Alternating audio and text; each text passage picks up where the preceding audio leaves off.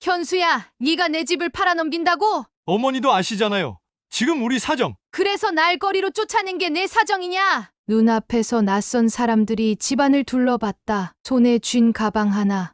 그게 내 전부가 됐다. 나는 그렇게 평생 지켜온 집을 잃었다. 안녕하세요. 저는 경기도 부천에서 살고 있는 69살 이정자입니다. 남편이 세상을 떠난 지 벌써 5년이 지났네요. 처음엔 하루하루가 막막했지만 그래도 아들 부부가 근처에 살아서 큰 힘이 됐습니다. 어린 손주들도 돌봐주며 지내다 보니 외로움도 조금씩 잊혀갔고요. 남편 없이 혼자 살면서도 그저 아이들 짐 되지 않으려고 조심하며 살아왔습니다. 아들 부부가 생활비가 빠듯하다고 할 때도 일부러 더 아껴 쓰며 조금씩 받은 용돈으로 버텼습니다. 손주들 도시락 싸주고 학교 끝나면 데리러 가고 병원도 같이 다녔죠. 그렇게 살아가는 게 제 몫이라 여겼습니다. 그런데 어느 날부터인가 아들 부부의 태도가 조금씩 달라졌습니다. 아들 하는 일이 조금 어려워졌다고 했습니다. 처음엔 걱정이 앞섰지만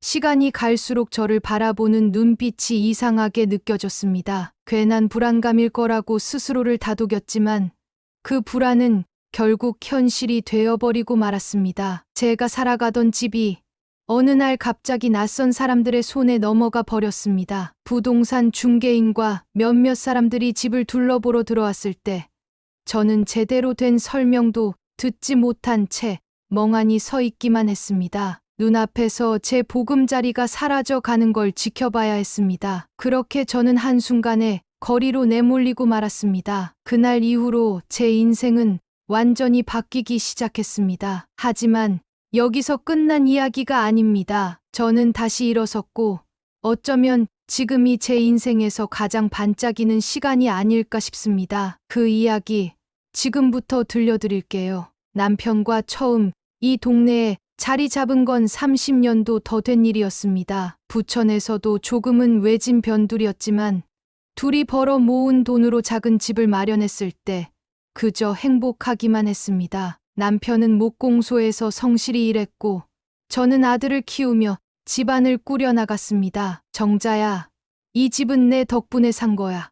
앞으로는 우리도 조금씩 여유가 생길 거야. 그때 남편이 웃으며 했던 말이 아직도 귀에 선합니다. 남편은 참 착실한 사람이었어요. 아들을 위해서라면 무슨 일이든 마다하지 않았습니다. 그리고 그런 남편을 보며 저도 늘 감사한 마음으로 살았습니다. 경제적으로 넉넉하진 않았지만 아들과 셋이서 오순도순 살아가는 그 시간이 저에게는 세상에서 제일 소중했습니다. 아들이 대학에 붙었을 때는 온 동네 사람들 앞에서 자랑도 많이 했습니다. 남편은 대학 등록금을 마련하기 위해 밤낮 없이 일했고 저는 집에서 반찬이며 김치를 담가 주변 사람들에게 팔기도 했습니다. 그렇게 조금씩 벌어 아들 학비며 생활비를 마련했습니다. 우리 부부의 희생 덕분에 아들은 좋은 직장에 취직했고 결혼도 잘했습니다. 그런데 남편이 갑작스럽게 병으로 세상을 떠났습니다. 그렇게 의지하던 사람을 잃고 나니 한동안 숨 쉬는 것도 힘들더군요. 그래도 손주들이 태어나면서 다시 살아갈 이유가 생겼습니다. 아들 부부가 맞벌이하다 보니 자연스레 손주를 맡아 키우게 됐습니다. 처음에는 감사하다는 말을 자주 하던 아들 부부였지만 시간이 흐르면서 고마움 대신 그것이 당연한 일처럼 변해갔습니다. 어머니, 이번 주에도 지은이 어린이집 끝나고 좀 부탁드릴게요.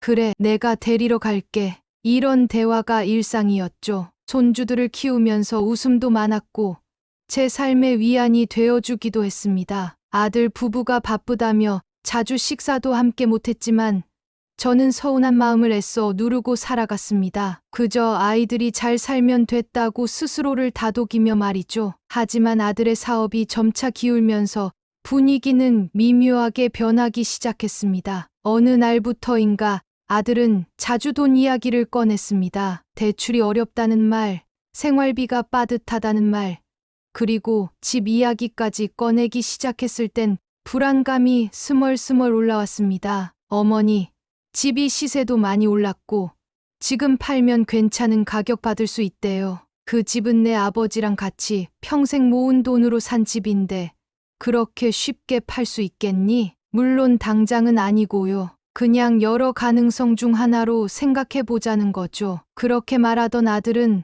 어느 날 갑자기 부동산 사람들을 데리고 왔습니다. 아무런 상의도 없이 말이죠. 그날 이후 제 보금자리는 순식간에 남의 손에 넘어갔습니다. 등기 이전이 어떻게 진행됐는지도 모를 만큼 정신없었고 결국 저는 거리에 내몰리고 말았습니다. 그날 밤 낯선 원룸에 잠시 머물면서 베개를 적시던 눈물은 아직도 잊을 수 없습니다. 내가 도대체 뭘 그렇게 잘못 살았던 걸까? 스스로에게 끊임없이 묻게 되는 시간들이 이어졌습니다. 하지만 인생은 참 모를 일입니다. 바로 그때 저를 다시 일으켜 세워준 사람이 있었습니다. 집을 잃고 거리에 나앉은 뒤 며칠 동안 저는 낯선 고시원 방에 몸을 뉘이고 있었습니다. 텅 빈 방, 좁은 창문 너머로 스산한 바람이 스며들 때마다 가슴 한 구석이 쿡쿡 쑤셨습니다. 내가 이 나이에 이렇게 쫓겨날 줄은 꿈에도 몰랐지.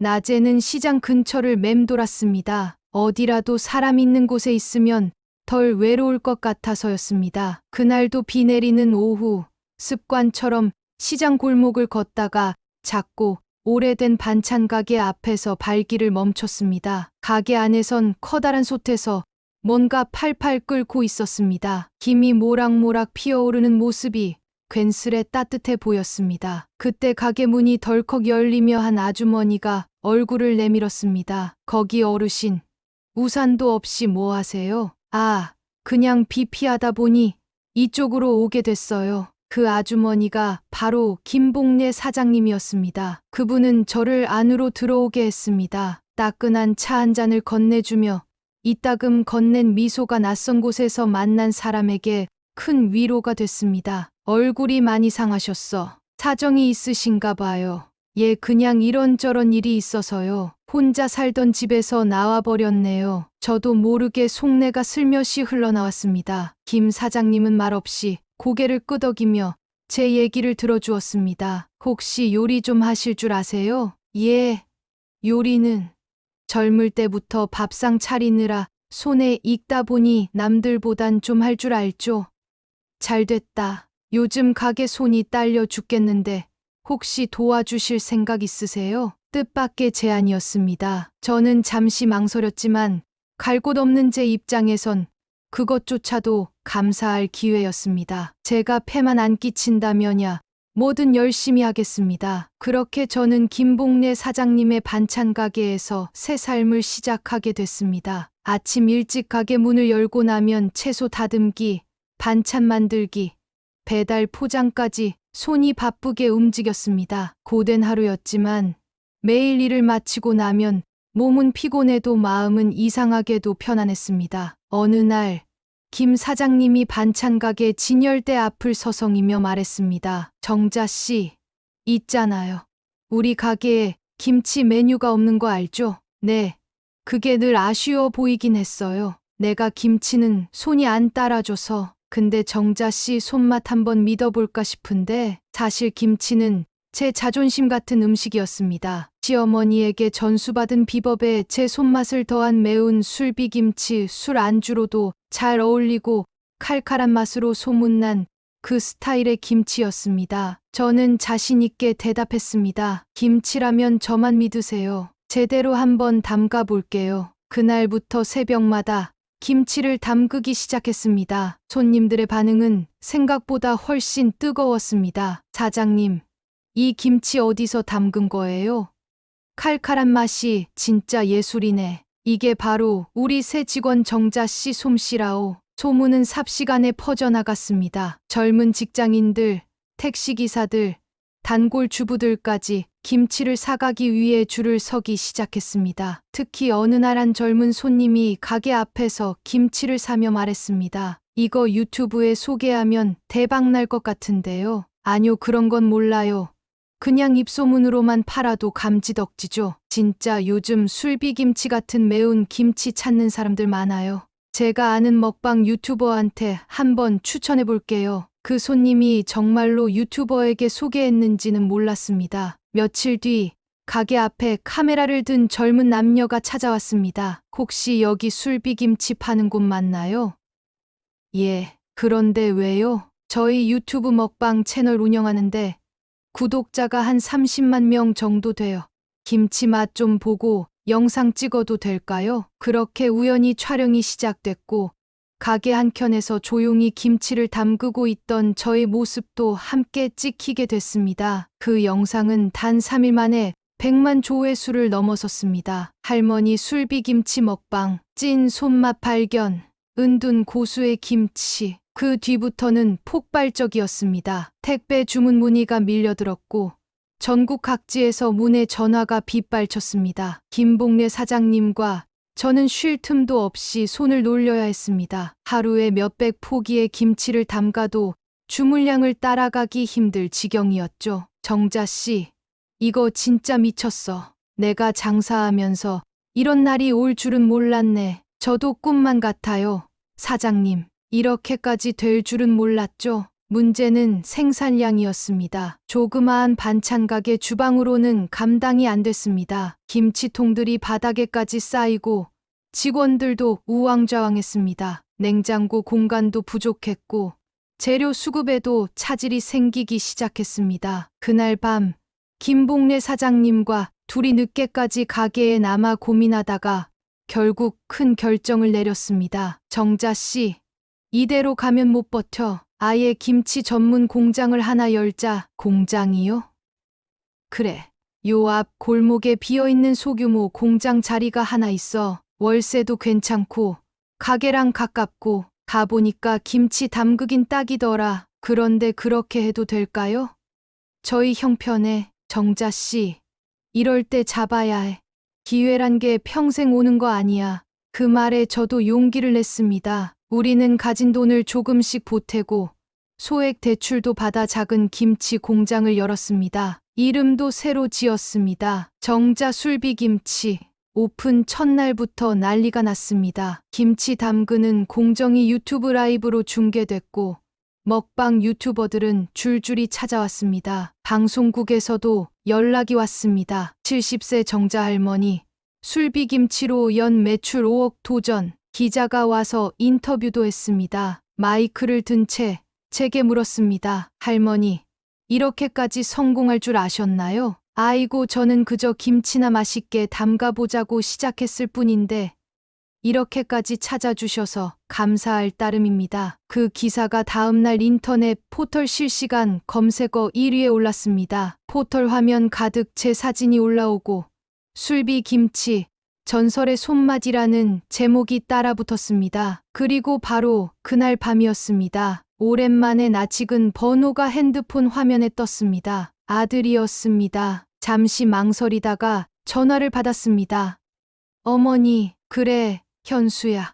어머니, 기사 봤어요. 이렇게까지 성공하신 줄은 몰랐어요. 그 목소리는 어딘가 달라져 있었습니다. 예전처럼 건조하지 않았고 부드럽고 공손한 느낌마저 들었습니다. 뭘 그리 대단하다고, 그냥 손님들한테 감사할 뿐이지. 저희도 어머니 걱정 많이 했어요. 연락드릴까 하다가 혹시 방해될까 싶어서 참 뻔뻔했습니다. 내가 이 고생할 땐 소식 한 통 없다가 이제 와서 이런다니. 어머니, 이제 사업도 많이 커지신 것 같고 혹시 뭐 필요한 거 있으면 언제든 말씀하세요. 도와드릴 수 있으니까요. 저는 한숨을 내쉬었습니다. 너 바쁘다더니 요즘은 시간이 많나 보구나. 아들은 잠시 말이 막히더니 애써 웃음 섞인 목소리로 말을 이어갔습니다. 이제 회사도 정리하고 저도 어머니 사업 돕는 게 맞지 않나 싶어서요. 며칠 뒤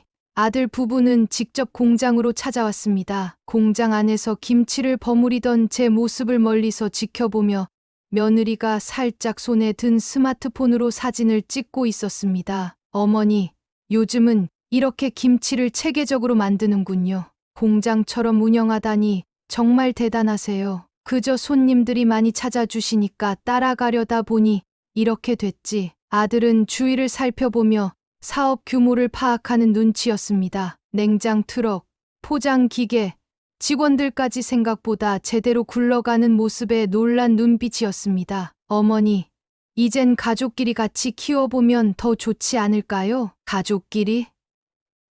네, 저도 사업 경험이 있으니까 유통망도 좀 넓히고 투자도 유치하고요. 이렇게 혼자서 감당하시긴 너무 힘들잖아요. 그제야 본심이 슬며시 드러났습니다. 처음엔 걱정인 척 다가와 결국 사업 지분을 노리는 소리였습니다.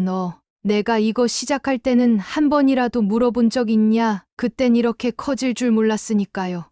지금 이렇게 커진 것도 내가 내 손으로 해온 결과다. 굳이 내가 끼어들 필요 없다. 며느리가 그제야 끼어들며 거들었습니다. 어머님, 저희가 도와드리는 게 나쁜 게 아니잖아요. 요즘 세금 문제도 복잡하고 법인화도 필요하고 전문가가 같이 해야 더 안전한 거예요. 이젠 노골적이었습니다. 저는 단호하게 말을 끊었습니다. 내 사업은 내가 알아서 한다. 신경 끄고 돌아가거라. 그날 밤 김봉래 사장님과 둘이 남아서 차 한 잔을 마셨습니다. 정자씨, 결국 올 게 왔구먼. 그래도 이제는 그때처럼 당하지 않을 거예요. 제 목소리엔 예전과 다른 단단함이 실려 있었습니다. 이제 본격적인 싸움이 시작될 준비가 끝났습니다. 며칠 동안 아들 부부는 연락을 끊지 않았습니다. 하루가 멀다 하고 전화가 오고 문자도 쉴 새 없이 쏟아졌습니다. 어머니, 세금 신고는 저희가 알아봐 드릴게요. 어머니, 사업계획서 작성도 도와드릴 수 있어요. 어머니, 이러다가 혹시 세무조사라도 나오면 곤란하시잖아요. 겉으론 도와준다는 말이었지만 결국은 사업에 끼어들 구실을 찾으려는 수작이라는 걸 저는 누구보다 잘 알고 있었습니다. 그날도 오전부터 아들이 가게에 찾아왔습니다. 가게 안쪽 사무실로 불쑥 들어선 아들은 자리에 앉자마자 말을 꺼냈습니다. 어머니, 솔직히 말씀드릴게요. 이렇게 급성장하는 사업은 저희 세대가 운영해야 안정적입니다. 어머니 연세에 계속 이렇게 힘드시면 안 되잖아요. 저는 고개를 끄덕이며 대답했습니다. 그래, 내 말도 일리가 있다. 그래서 내가 며칠 고민해봤다. 아들은 눈빛이 번쩍였습니다. 결정하셨어요? 응, 전문가 도움도 받고 사업도 체계적으로 관리해야겠더라. 그래서 변호사도 만나보고 회계사도 고용했지. 아들의 얼굴이 굳어졌습니다. 변호사요? 회계사요? 그래, 이젠 내 사업이니까 내가 내 돈 주고 전문가들 고용해서 제대로 하려 한다. 그제야 아들의 표정이 굳어지며 속내가 들켰습니다. 어머니, 저희 가족 아닙니까? 피 한 방울 안 섞인 사람들보다 저희가 더 믿음직스럽잖아요. 너 그 말 내 아버지 돌아가셨을 때 했던 거랑 똑같구나. 가족끼리니까 믿어달라면서 결국 내 집부터 넘겨갔지. 제 목소리는 차분했지만 안에선 천천히 끓어오르는 분노가 깔려 있었습니다. 아들은 당황했는지 더듬거리기 시작했습니다. 그땐 사정이 있어서 그땐 어쩔 수 없었잖아요. 사정? 그래. 내 사정 덕분에 난 집도 잃고 거리로 내몰렸다. 잠시 침묵이 흘렀습니다. 그 침묵을 깨고 며느리가 끼어들었습니다. 어머님, 저희가 나쁜 마음으로 그런 게 아니었어요. 그저 힘든 시기를 넘기려고. 지금은 상황이 다르잖아요. 저희가 경영에 참여하면 더 안정적일 수 있어요. 저는 며느리를 쳐다보며 단호히 말했습니다. 지금은 내 인생에 당신들 자리가 없어. 며칠 뒤 저는 변호사 사무실에서 사업 관련 서류 정리를 마쳤습니다. 법인 전환, 지분 구조, 상표 등록, 저작권 보호까지 철저히 대비했습니다. 세무사 역시 정식 고용했습니다. 혹시라도 있을 가족 소송까지 대비해서 문서 하나하나에 내 이름이 확실히 박혔습니다. 이정자 대표님, 이 정도면 어떤 상황이 와도 흔들리지 않을 겁니다. 변호사의 그 말이 그렇게 든든할 수가 없었습니다. 그로부터 일주일 뒤 김봉래 사장님이 긴박한 얼굴로 달려와 말했습니다. 정자 씨, 가게 앞에서 기자들이 기다리네. 기자들이요? 누가 내부 제보했대. 사업 확장 과정에서 불법 증여가 있었는지 조사한다나 봐. 제 머릿속에 바로 한 사람이 떠올랐습니다. 바로 아들과 며느리. 결국 이렇게 나오는구나. 저는 차분히 가게 앞 기자들 앞에 섰습니다. 이정자 대표님, 최근 사업 성장 속도가 너무 빠른데 혹시 자금 출처에 문제가 있습니까? 네. 제가 담보 없이 순수하게 제 손으로 벌어서 만든 사업입니다. 세무법적 문제 역시 모두 전문가 자문하에 철저히 진행하고 있습니다. 단호한 한마디에 기자들은 더 이상 파고들 수 없었습니다. 그날 밤 아들에게서 문자가 도착했습니다. 어머니, 이렇게까지 하실 필요 있었습니까?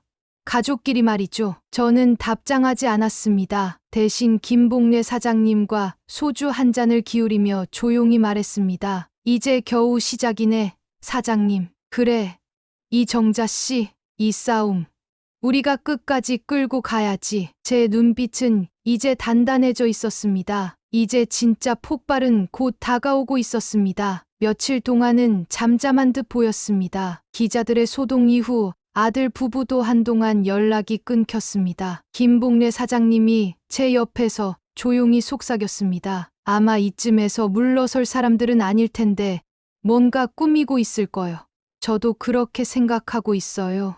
이번엔 좀 더 노골적으로 나오겠죠. 그리고 예상대로 그날이 찾아왔습니다. 어느 날 오후 가게로 등기우편이 한 통 도착했습니다. 두툼한 서류 봉투 안에는 변호사 명의로 작성된 가족 재산권 분쟁 조정 신청서가 들어 있었습니다. 이정자 씨 명의로 운영 중인 술비김치 사업은 가족 재산으로 간주되어야 한다는 내용이었습니다. 그 근거로 아들 부부는 이렇게 주장하고 있었습니다. 초기 자금 일부가 과거 아버지 재산에서 나온 것이라 공동재산임. 이정자가 수년간 아들 부부 도움 속에 생활해왔으므로 사업 성장에 가족의 기여가 포함됨. 어머니의 연세를 감안할 때 경영 능력 부족 우려가 있으니 아들 부부의 공동 경영이 필요함. 저는 손에 쥔 서류를 천천히 내려놓으며 한숨을 내쉬었습니다. 결국 이렇게까지 오는구나. 며칠 뒤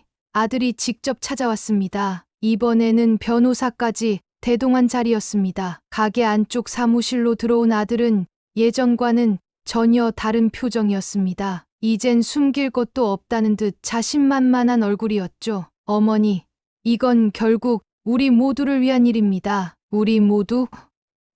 네, 가족 사업으로 돌리는 게 맞다는 얘기입니다. 그 옆에서 아들의 변호사가 덧붙였습니다. 어머님 연세에 이 정도 규모의 사업을 단독 운영하는 건 위험 요소가 많습니다. 자녀와 공동 경영 구조를 구축하는 것이 가장 합리적인 선택입니다. 저는 고개를 끄덕이며 조용히 물었습니다. 이게 내 생각이냐?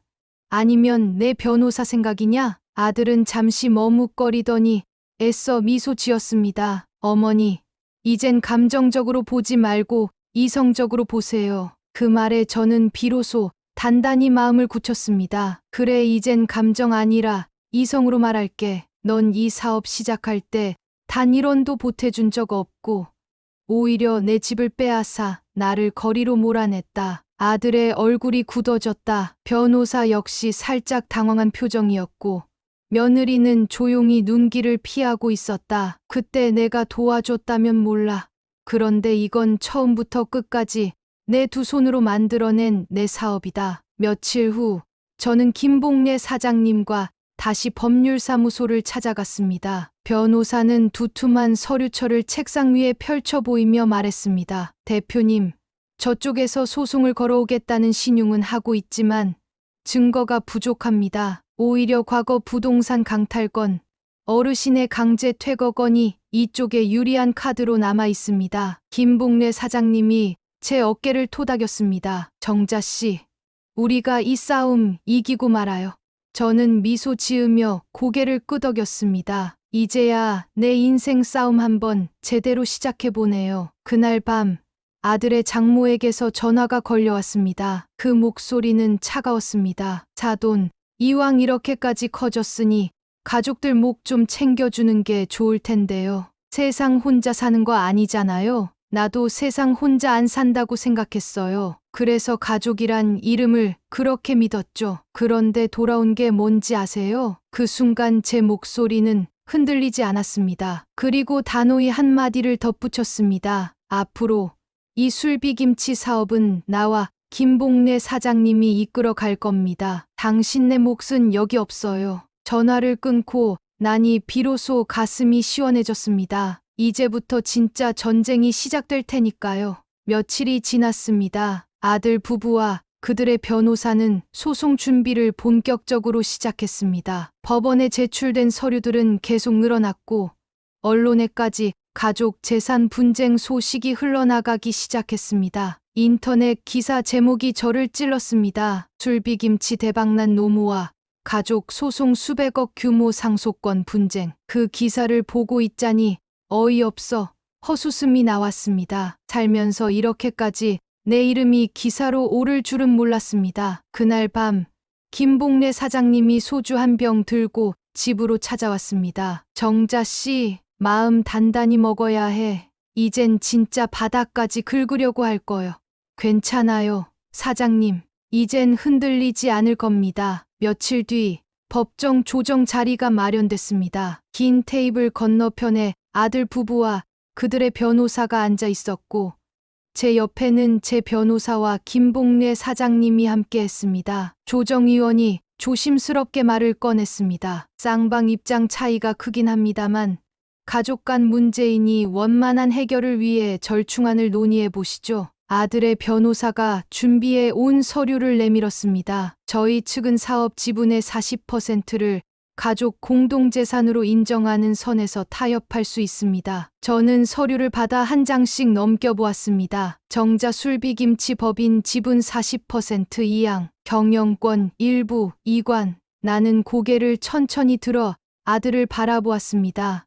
현수야, 너 내 이름으로 된 집을 내 이름으로 바꾸던 그날 기억나냐? 어머니, 그건 그때 사정이. 그 사정 때문에 난 거리로 내몰렸다. 그런데 이제 사업까지 달라?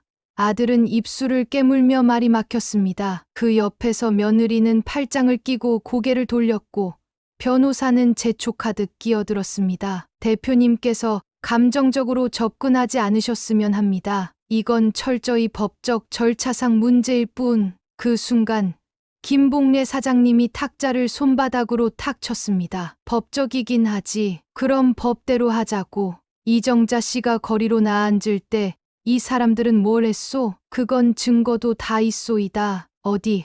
법으로 가보자고. 법정 조정위원조차 순간 말을 잃었습니다. 저는 마지막으로 조용히 입을 열었습니다. 난 이제 더는 내 자식에게 속지 않는다. 지분 이양, 공동 경영, 다 필요 없다. 내 인생, 내 사업, 끝까지 내가 책임질 거다. 조정은 결렬로 끝났습니다. 며칠 뒤 아들 부부는 마지막 수단으로 언론을 이용했습니다. 노모의 사업 독점. 아들 부부는 거리로 내몰려 성공 후 가족 버린 냉정한 모정. 기사 밑에는 악성 댓글이 쏟아졌습니다. 노인네가 돈맛 보더니 자식 버리네. 피 한 방울 안 섞인 조력자랑 사업하고 피 붙인 자식은 버리다니. 저는 댓글을 하나하나 보며 손끝이 떨렸습니다. 하지만 더 이상 무너지지 않았습니다. 그날 밤 김봉래 사장님이 조용히 웃으며 말했습니다. 정자 씨,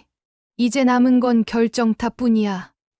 그래요. 이젠 내가 먼저 나설 때죠. 그리고 드디어 결정적인 한 방을 준비하게 됩니다. 며칠 뒤 저는 아들 부부에게 직접 연락을 취했습니다. 이번에는 내가 자리를 만들 차례였습니다. 장소는 김치 공장 내 새로 마련한 상담실. 정식으로 변호사와 세무사, 그리고 김봉래 사장님도 동석했습니다. 현수야, 오늘은 내가 너희한테 공식적으로 입장을 정리해 주려고 부른 자리다. 아들은 살짝 기대 섞인 표정으로 고개를 끄덕였습니다. 변호사까지 대동했으니 뭔가 타협안을 내놓을 거라고 생각했을 겁니다. 내 손에는 두툼한 서류철이 들려 있었다. 여기 있는 서류들, 내가 주장하는 가족 재산 공동기여 주장에 대한 반박 자료야. 김봉래 사장님이 조용히 미소 지으며 말을 거들었습니다. 이 사업 초기 자금은 전부 정자 씨가 김치 팔아 모은 돈에서 시작됐고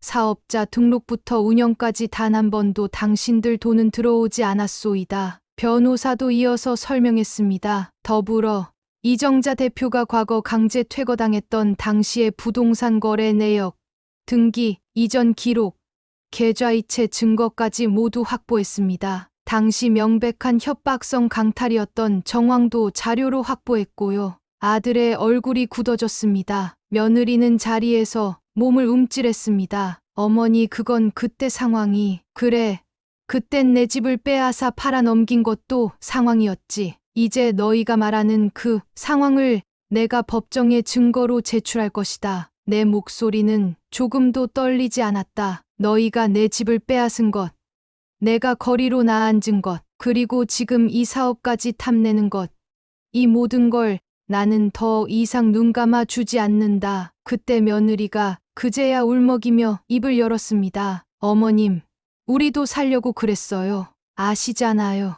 현수 씨 사업 무너지고 저희도 살 길이 막막했어요. 나는 조용히 그녀를 바라봤다. 그랬겠지. 그래서 내 엄마까지 끼어들어 결국 나를 쫓아냈고 그 덕분에 내가 이 술비김치를 만들게 됐구나. 내 목소리는 담담했지만 서늘했다. 그러던 중 내 변호사가 마지막 한 방을 던졌다. 참고로 최근 확보된 자료에 따르면 부동산 매각 당시 장모 측과 이현수 씨가 공모하여 시세보다 저가 매각 후 차액을 나누어 가진 정황도 포착됐습니다. 금융자료까지 확보했으니 민사뿐 아니라 형사소송도 가능합니다. 아들의 얼굴은 창백하게 질려갔고 며느리는 그대로 고개를 숙였습니다. 회의는 그렇게 일방적으로 끝났습니다. 돌아가는 아들의 뒷모습은 처음 보는 듯 무거웠습니다. 김봉래 사장님이 나지막이 속삭였습니다. 이제 진짜 끝났네. 정자 씨.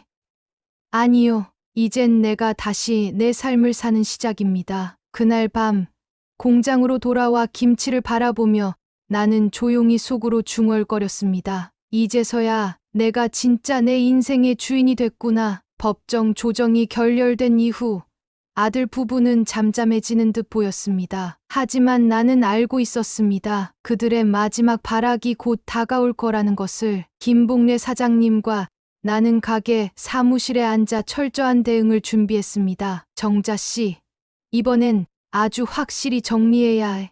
다시는 못 기어오르도록 말이야. 그래요, 사장님. 이젠 온전한 내 손으로 끝을 봐야죠. 며칠 후 변호사로부터 연락이 왔습니다. 대표님, 상대 쪽에서 사업거래 내역 일부를 세무서에 고발했습니다. 세금 탈루 혐의로 세무조사가 진행될 예정입니다. 역시 예상대로였습니다. 나는 오히려 담담히 고개를 끄덕였습니다. 준비한 자료들 모두 넘기세요. 한치의 오차도 없이 준비했잖아요. 이미 김봉래 사장님과 함께 지난 몇 달 동안 회계자료부터 법인 설립 서류, 거래 명세서까지 빈틈없이 정리해 놓았습니다. 세무조사 담당자도 몇 차례 질문을 반복했지만 한 줄의 문제점도 발견하지 못했습니다. 조사관이 자리에서 일어나며 말했습니다. 대표님, 이렇게 깔끔한 법인 운영 처음 봅니다. 이상 없습니다. 나는 조용히 미소 지었습니다. 하지만 아들 부부는 거기서 끝내지 않았습니다. 그들은 이번엔 부동산 강탈 사건 자체를 조작해 자신들에게 유리하게 만들려 했습니다. 당시 어머니가 자발적으로 집을 증여한 것이며 서류도 모두 어머니 동의하에 작성됐다. 이 주장이 법원에 제출된 그 순간 내 변호사가 조용히 서랍에서 서류를 꺼냈습니다. 대표님, 이걸 제출하겠습니다. 그 서류에는 5년 전 부동산 거래 당시 사돈과 아들, 중개업자 간 통화 녹취록, 비공식 계약서 사본까지 포함되어 있었습니다. 등기 이전 서류 작성 전 본인의 의사 확인 없이 진행된 정황 있음, 중개업소 측 불법 압박 발언, 장모 측의 차액 수수 증거 확보, 그 모든 증거가 확실히 확보돼 있었습니다. 이 자료들은 이미 금융정보분석원 FIU까지 전달되었고 아들 부부 계좌 흐름까지 상세히 추적이 끝난 상태였습니다. 며칠 후 검찰로부터 공식 통보가 왔습니다. 부동산 강제 처분 혐의에 사기 및 협박 정황, 부당 이득 취득, 아들과 며느리, 그리고 장모까지 모두 피의자 신분으로 소환되게 되었습니다. 이제 아들은 더 이상 연락조차 하지 못했습니다. 며느리는 변호사 선임을 두고 아들과 갈등을 벌였고 장모는 언론의 피해자 코스프레를 하려다 여론의 역풍을 맞고 있었습니다. 인터넷 기사들이 달라졌습니다. 술비김치 사업가, 부동산 강탈 시도한 자식들 법적 대응 피해 사실 드러나 노모 내쫓고 재산 노린 아들 부부. 결국 검찰 수사. 김봉래 사장님이 웃으며 말했습니다. 정자 씨, 이젠 세상이 제대로 보고 있구먼. 네, 이제야 진짜 내 손으로 내 삶을 지켜냈다는 게 실감나요.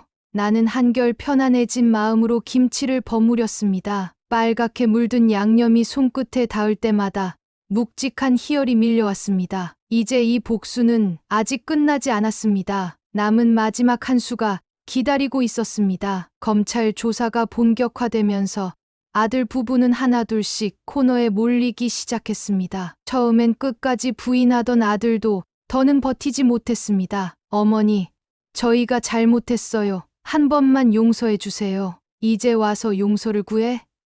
이 모든 일이 어떻게 시작됐는지 내가 더 잘 알잖아. 나는 담담하게 대답했습니다. 이젠 그 어떤 연민도 남아있지 않았습니다. 검찰은 결국 아들과 며느리, 그리고 장모까지 재판에 넘겼습니다. 부동산 강제 처분 및 사기 혐의, 부당 이득 취득, 금융자료 허위, 제출, 명예 도용 등 법정에서 판결이 내려지는 날, 나는 김봉래 사장님과 함께 방청석에 앉아 조용히 지켜보고 있었습니다. 피고인 이연수, 박소영, 김미호, 부동산 강탈 및 사기, 금융 부정거래 등 모든 혐의가 유죄로 인정됩니다. 판사의 목소리는 또박또박 울렸습니다. 이에 피고인 이연수 징역 2년 6개월, 박소영 징역 2년 집행유예, 김미옥 징역 1년 6개월을 각각 선고합니다. 나는 조용히 한숨을 내쉬었습니다. 긴 싸움이 마침내 끝을 맺고 있었습니다. 재판이 끝난 뒤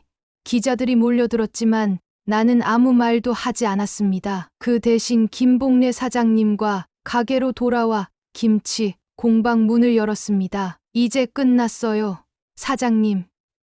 그래, 이 정자 씨가 결국 다 해냈네. 우리는 아무 말 없이 오랫동안 손을 맞잡고 있었습니다. 그날 저녁 방송국에서 촬영팀이 도착했습니다. 이번에는 내가 처음부터 온전히 준비한 방송이었습니다. 카메라 앞에서 나는 조용히 이야기했습니다. 이제야 비로소 내 두 손으로, 내 힘으로 다시 삶을 세울 수 있었습니다. 그동안 고된 시간이었지만 덕분에 더 단단해졌습니다. 방송 후 술비김치의 인기는 더욱 폭발적으로 치솟았습니다. 전국 프랜차이즈 확장 요청이 줄을 이었고 해외 수출 문의까지 쏟아졌습니다. 얼마 뒤 한자리에 한 신사분이 찾아왔습니다. 그는 식품유통업계에서 오랫동안 일했던 최영만 씨였습니다. 이정자 대표님, 진심으로 존경합니다. 혹시 부담되지 않으시면 개인적으로 식사 한번 함께 하실 수 있을까요? 나는 잠시 미소를 머금으며 대답했습니다. 물론이죠.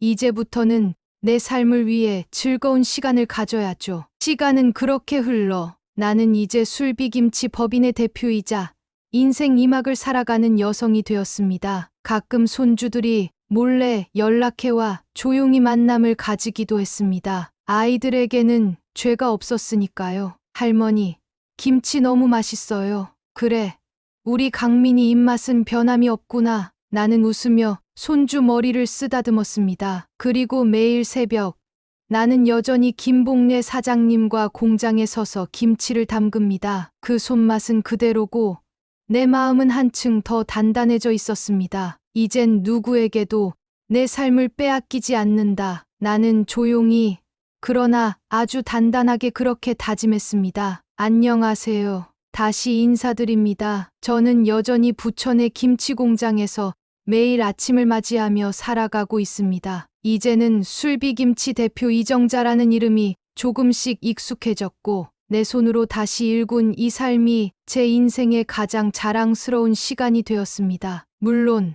쉽지 않았습니다. 남편을 먼저 보내고 믿었던 자식들에게조차 배신당하며 바닥까지 내려갔을 때는 세상이 끝나는 줄만 알았습니다. 그러나 그 끝자락에서 다시 나를 일으켜 세운 건 결국 내 두 손과 오래도록 다듬어온 김치 하나였습니다. 처음 시장 골목에서 김복래 사장님을 만난 것도 조그만 반찬 가게 안쪽 방에서 새벽마다 김치를 담갔던 시간들도 지금 생각해보면 모두 내 인생의 두 번째 시작이었나 봅니다. 이제는 더 이상 누구의 시선에 휘둘리지 않고 누구의 손에도 내 인생을 맡기지 않습니다. 내 삶의 중심에는 늘 내 자신이 있습니다. 한때 나를 욕하던 사람들도, 손가락질하던 사람들도 시간이 지나면 사라집니다. 하지만 내가 지킨 이 손맛, 이 자존심은 시간이 지나도 흔들리지 않을 겁니다. 요즘은 전국에서 김치 주문이 밀려오고 해외에서도 한국의 매운 김치를 맛보고 싶다며 연락이 옵니다. 덕분에 김복래 사장님과 둘이 웃으며 바쁜 하루를 보내고 있습니다. 그리고 뜻밖의 인연으로 만난 최영만 씨와도 천천히 좋은 관계를 이어가고 있습니다. 이 나이에 다시 누군가와 따뜻한 식탁을 함께 나눌 수 있다는 것, 그게 얼마나 소중한 행복인지 이제는 잘 압니다. 혹시 지금 이 영상을 보고 계신 분들 중에도 가족 문제로 힘들어 하시거나 인생이 막막하신 분이 있다면 저 이정자의 이야기를 잠시 떠올려 주시면 좋겠습니다. 살다 보면 누구나 넘어질 수 있습니다. 하지만 그 자리에 오래 머물 필요는 없습니다. 내 손으로, 내 힘으로 다시 일어설 수 있습니다. 조금 늦어도 괜찮습니다. 내 삶의 주인은 결국 나 자신이니까요. 오늘 제 이야기를 끝까지 들어주셔서 감사합니다. 혹시 여러분도 인생의 굴곡을 겪은 적이 있다면 댓글로 경험을 나눠주시고 구독과 좋아요도 살짝 눌러주시면 큰 힘이 되겠습니다. 다음에도 더 따뜻한 사연으로 찾아뵙겠습니다. 감사합니다.